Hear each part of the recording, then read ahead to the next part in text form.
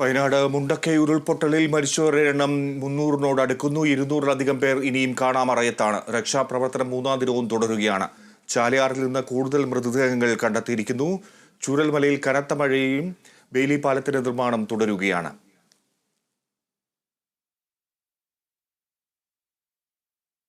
റിയാസ് കൈമാർ വിശദാംശങ്ങളുമായി ചേരുന്നു. റിയാസ്, തെരച്ചിൽ തുടരുന്നു. ഇപ്പോൾ 5 മണി കഴിഞ്ഞിരിക്കുന്നു. സമയം വൈകുന്നു, സന്ധ്യയായി വരുന്നു. എന്തെങ്കിലും രക്ഷാപ്രവർത്തനത്തിന് തടസ്സങ്ങളൊന്നുമില്ല. ബെയിലി പാലത്തിന്റെ നിർമ്മാണം ഏത് ഘട്ടത്തിലാണ്?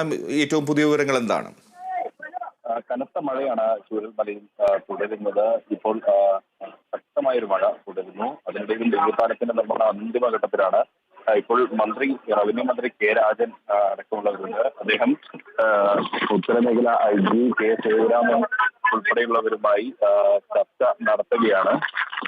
എന്തായാലും നമുക്ക് ബെയിലി പാലത്തിന്റെ ഭാഗത്തേക്ക് നീങ്ങേണ്ടതുണ്ട്.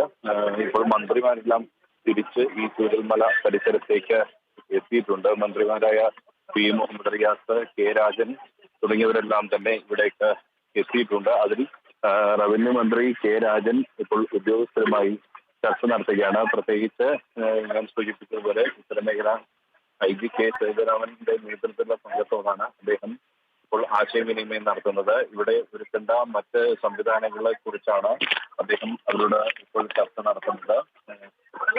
ഈ ബെയിലി പാലത്തിന്റെ നിർമ്മാണം ഏതാനും നിമിഷങ്ങൾക്ക് തന്നെ, അതായത് അടുത്ത മണിക്കൂറുകൾക്കുള്ളിൽ തന്നെ പൂർത്തിയാകും എന്നാണ് പ്രതീക്ഷിക്കപ്പെടുന്നത്. അത് പൂർത്തിയായി കഴിഞ്ഞാൽ ഹിറ്റാച്ചിയും JCBയും എല്ലാം എത്തിച്ച് മറ്റ് സംവിധാനങ്ങൾ, ലൈറ്റ് അടക്കമുള്ള ക്രമീകരണങ്ങൾ എത്തിച്ചുകൊണ്ടുള്ള ഒരു തിരച്ചിൽ ഇവിടെ സജ്ജീകരിക്കാൻ കഴിയും എന്നാണ് വ്യക്തമാകുന്നത്. അങ്ങനെ സജ്ജീകരിക്കാൻ കഴിഞ്ഞാൽ ഈ മുണ്ടക്കൈയിൽ കൂടുതൽ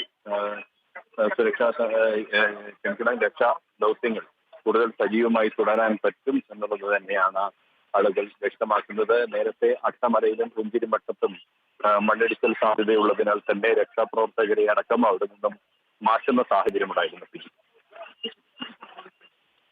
ഇനിയും റിയാസ് സൂചിപ്പിക്കുന്നതനുസരിച്ച് അവിടെ കനത്ത മഴ തുടരുകയാണ്. അതുകൊണ്ട് തന്നെ പൂർണ്ണമായും ആ പ്രദേശത്തുനിന്ന് ജനങ്ങളെ ഒഴിപ്പിച്ചിട്ടുണ്ടോ? എന്തായാലും ഈ അട്ടമലയിലും പുഞ്ചിരിമട്ടത്തുനിന്നും എല്ലാം തന്നെ ആളുകളെ, അതായത് രക്ഷാപ്രവർത്തകരായ സിവിലിയൻസിനെ മാറ്റിയിട്ടുണ്ട്. സൈന്യവും NDRFന്റെ സംഘവും ഒപ്പം തന്നെ അഗ്നിരക്ഷാ സേന പ്രവർത്തകരും മാത്രമാണ് അവിടെ തുടരുന്നത്. ഇപ്പോൾ ഈ പുഞ്ചിരിമട്ടത്ത് നിന്ന് തിരിച്ചു വരുന്ന രക്ഷാപ്രവർത്തകരുടെ സംഘം സംസാരിച്ചിരുന്നു. അവിടെ ഇന്ന് 3 മൃതദേഹങ്ങൾ കണ്ടെത്തിയെന്ന നിഗമനത്തിന്റെ അടിസ്ഥാനത്തിലായിരുന്നു പുഞ്ചിരിമട്ടത്ത് ആദ്യം തിരച്ചിൽ നടത്തിയത്. രാവിലെ തന്നെ രക്ഷാപ്രവർത്തകർ ആ ഭാഗത്ത്, ഈ ഉരുൾപൊട്ടലിന്റെ പ്രഭവ കേന്ദ്രമായിരുന്നു അത്, അവിടേക്ക് അവർ പോയിരുന്നു. അതിന്റെ പ്രധാന കാരണം എന്ന് പറയുന്നത് ഇന്ന് സ്നിഫർ നായകൾ, സൈന്യത്തിന്റെ സ്നിഫർ നായകളും കേരള പോലീസിന്റെ കെടാവർ നായകളും എല്ലാം തന്നെ തിരച്ചിലുണ്ടായിരുന്നു. അതിൽ പെട്ട നായകളിൽ ഒന്ന് ഇത്തരത്തിൽ ആ ഭാഗത്ത് ഗന്ധം പിടിച്ച് പോകുന്ന ഒരു സാഹചര്യം ഉണ്ടായിരുന്നു. മാത്രമല്ല ആ ഭാഗത്തുനിന്ന് ദുർഗന്ധം വമിക്കുന്ന ഒരു സാഹചര്യം ഉണ്ടായിരുന്നു.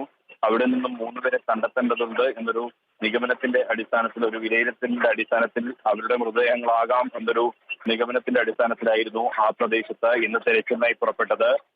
ആ ഭാഗത്ത് ഈ കനത്ത കാലാവസ്ഥ അടക്കം പ്രതികൂലമായിരുന്ന സാഹചര്യത്തിൽ പോലും ഇവർ തെരച്ചിൽ നടത്തിയെങ്കിലും പിന്നീട് ഈ മണ്ണിടിച്ചൽ സാധ്യത വന്നതോടുകൂടി, വീണ്ടും ഒരു ഉരുൾപൊട്ടാനുള്ള സാധ്യത വന്നതോടുകൂടി രക്ഷാപ്രവർത്തകരെ അവിടെ നിന്നും മാറ്റുകയായിരുന്നു എന്നുള്ളതാണ് രക്ഷാപ്രവർത്തകർ കേരള വിഷൻ ന്യൂസിനോട് പറഞ്ഞത്. ശരി റിയാസ്, ഞാൻ തിരിച്ചെത്താം.